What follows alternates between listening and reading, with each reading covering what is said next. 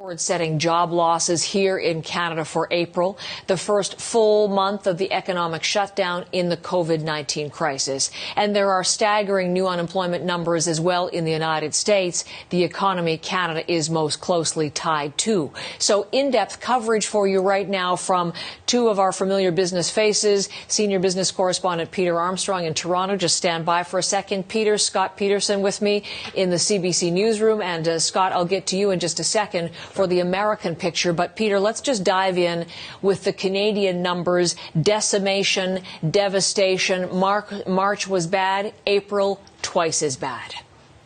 Assalamualaikum and hi. My name is Nur bin Rahman. For today, I would like to explain about unemployment and inflation in Canada. Before that, I am not alone today because I will be with another friend, is Siti Noswaswani, as my partner today. Hello Ani, can you introduce yourself first? Hello Is, my name is Siti Norshazwani binti Muhammad Yusri. Okay, now I want to talk about the Canada's background, which is the overview of the country. The current population of Canada is 38 million people as of November 2000, which is based on 1 meter elevation with the latest United Nations data. Canada is one of the leading trading countries in the world, and a major part of their economy is export. In Canada, the quarters of the workforce working in the service sector and the other two sectors are in the agriculture sector and the industrial sector. The United States is their main export and import partner. Okay, next, Siti Saswani. Okay, today I would like to talk about Canada GDP 2020, economic growth and relevant issue in Canada. First, Canada GDP 2020.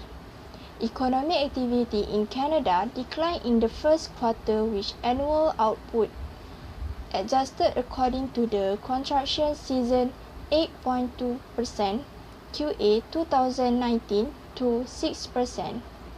But was able to beat market expectation with a 10% decline. In terms of annual economic, bill in Canada declined 0.9% in the first quarter, in contrast to a 1.5% increase in the previous quarter. As for domestic demand, it declined sharply in the first quarter, falling by 6.0% after increasing by 3.1% in the fourth quarter. Private consumption decreased by 9%, while government consumption decreased 3.8% in first quarter. Therefore, investment remained flat at a soft rate in the first quarter of 0.3%. In addition, Statistics Canada also released its estimate GDP likely for April on May 29. Preliminary figures show a contraction of 11% on a month-on-month basis based on the season, after the economy contracted 7.2% in March. This is softer than the 9% likely estimate released by Statistics Canada on April 15. Moving forward, the economy tends to slow down as hitting the labor market burden domestic demand, while declining production in the energy sector drop the external sector. Okay, let's proceed to economic growth in Canada. Canada is one of the largest economies in the world and is considered one of the richest countries in the world. It has a relatively small workforce compared to some of the largest economic forces in the world, amounting to less than 90 million. Unemployment in Canada is still relatively high as the country has watered and fought the wave of economic misery that hit much of the world after the 2008 financial crisis. And despite moving in the right direction, there are still ways to get to Canada. The Canadian economy grew by a record 8.9% in the quarter in 2020, following a decline of 11.3% in the previous period, reflecting the repairing of the economy, which an increase in housing investment, in household spending on durable goods and export. The increase was influenced by favorable mortgage rate. The government continues support for the affected household and business, and the economic growth of major trading partners in the third quarter. Annually, the economy jumped 40.5%, household spending increased 13%, due to the purchase of new truck, van, sport utilities, used motor vehicle and new passenger car, as well as food and beverage service.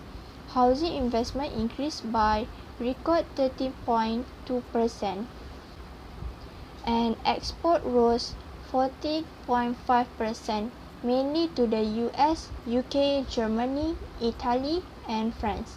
However, GDP is still 5.2% lower than the same quarter last year. Next, I'm going to discuss about relevant issue in Canada. Canada economy outlook is expected to increase slightly by 2020.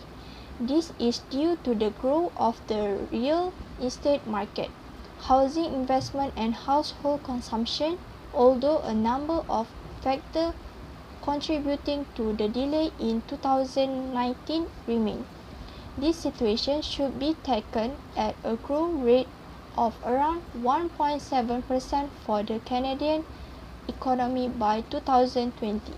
2019 was recorded with a coordinated global economy downturn of almost 90% of countries experiencing lower growth in 2019 than in 2018.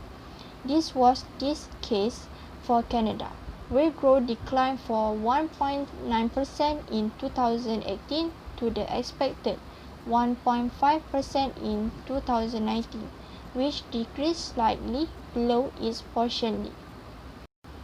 By 2020, once again growth will be limited by global uncertainty related to trade problems, US election and the future of Brexit. However, the aforementioned internal factors which once slow economic activity have begun to subside. This is what happened in the real estate market. In addition, more than a year since the Bank of Canada last interest rate hike, most of the effect of the 2017 and 2018 hike have entered the economy, and households have been able to adapt.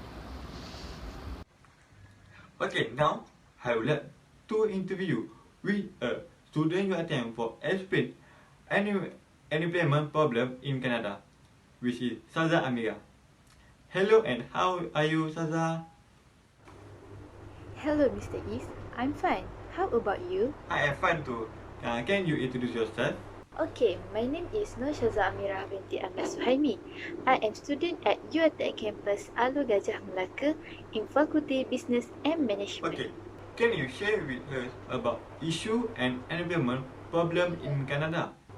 Sure, Mr. East. I will explain about issue that leads Canada to inflation.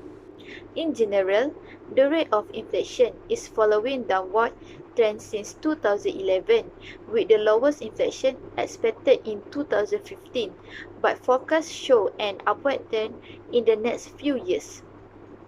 The inflation is expected to decline. Moreover, in comparison with the world, inflation rate in Canada is relatively good. Although oil and gas prices have declined equally in Canada to the other areas of the world, Canada's food and housing prices have increased. It helped to offset a degree of impact on Canada's inflation rate because of declining oil and gas prices. The annual food and non-alcoholic beverage market price index in Canada have risen gradually over the past decade. The same refers for housing and other national price indices. Generally, it is certain that inflation will not remain this low for too long. It is predicted that by 2017, if the forecasts are correct, it will return to a convenient 2%. Next, let's move on to unemployment problem in Canada. The economy in Canada entered a period of contraction between 2008 and 2009. The unemployment level in Canada stood at 8.3% during the financial crisis, up by 2.2% from the pre-crash level, which amounted to around 1.52 million unemployed. The topic of higher unemployment had especially serious repercussions on young people pursuing their first job after graduation. Young employment has grown by 3.4 points since 2008 and 2009 and has jumped to 10.8% by the end of 2019. The average unemployment period in 2011 increased to 21.3 weeks after the global crisis, but reduced to an average 16.7 weeks in 2019. The rebound from Canada economic recession often linked to job growth. In 2019, the number of workers in Canada was 19.06 million. The job rate of higher education workers were generally higher than national average, 74% for bachelor degrees in 2019. This is an improvement of about 2 million more working people relative to 2008 results. Okay, Sada, can I ask you about what is frictional unemployment in Canada? Frictional unemployment in Canada is seasonal unemployment. Seasonal unemployment is one aspect of the regular activity of the economic's frictional unemployment. The need to look from time to time for appropriate work, even though the work is readily available, adds to other aspects. Even if the economy functions entirely, frictional unemployment persists, while there might be vacancies to compensate. This is needed as long as the precise total of the economic operation varies. Companies start and exit the organization. People shift job, join and leave workforce, travel, and so on. The unemployed are not a permanent number of people, but a continuous evolving community, most of whom are still temporarily unemployed. I think that's all for me. Thank you. Okay, thank you, Sada Amira, for your good information. Take care and stay safe at home. Okay, next, I would like to interview another UITM student for explain inflation in Canada, which is Nosolehani. Hello, Nosolehani. How are you? Hi, Mr. Is. I'm fine. How about you? I am fine. Okay, now I would like to ask you about inflation in Canada. Can you share information with us? Before that, you introduce yourself first. Sure, Mr. Is. Okay, my name is Nur Solani binti Kamala Arifin and I'm student at UiTM Alor Gajah in Faculty Business and Management. Now, I want to explain about inflation in Canada. Okay, according to society, inflation leads to the trend of rising prices in the economy in general. Inflation also means too much money chases too little goods. Actually, inflation have two types. First type is demand pull inflation. Okay, demand pull inflation is occurs on aggregate demand. Growth divided into four: household, company, government, and foreign buyer divisions. And when output demand is greater than what the economy can archive, different goods and services in all four sectors are available. And second is cost push inflation, which is a cost push inflation refer to an overall price increase, which is associated with a rise in the cost productions. Cost push inflation is the result of sales activity. This is because the input are increased. Okay, Annie, can you show us the current issue about demand push inflation and cost push inflation in Canada? Okay, the current issue about demand pull inflation in Canada is over the period from April at the first COVID-19 pandemic has brought down consumer prices in more than a decade, bringing Canadian inflation to 0.2% per annum. As prices were almost all significantly cheaper last month than last year. Canada Consumer Price Index statistic declined to negative readings. The April fall was the first time since September 2009 that Canada inflationary year-over-year rate fallen into negative territory.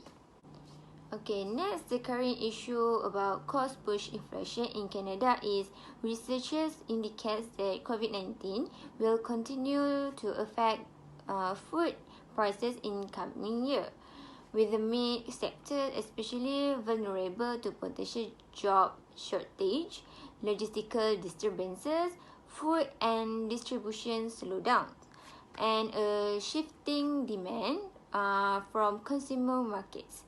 Although total meat price could increase by 6.5% in Canada, the supply-driven industry was the greatest price increase for poultry. Okay, good information, Annie. Thank you. Take care and stay safe at home. You're welcome. Take care too. Okay, now I would like to pass my partner is running for your interview and for more information. Thank you guys. See you. Okay, I will start with Siti Nur Aisha. Aisha, can you tell us about fiscal policy in Canada? Thank you, Moderator Wani. Hi, Assalamualaikum. My name is Siti Nur Aisha, and I will explain about how fiscal policy solve the inflation and the unemployment in Canada.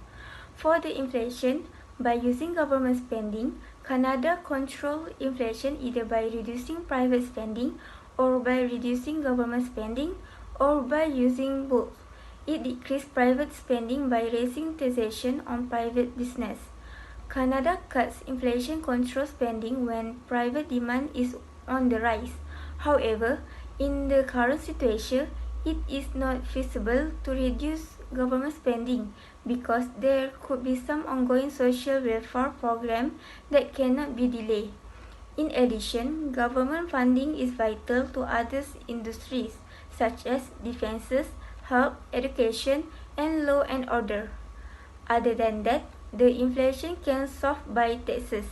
Heavy taxes, while by no means the only tool necessary for inflation management when inflationary pressures are high, is a fundamental method that extracts private loans from Canada by demonstrating the government's serious intention to control inflation.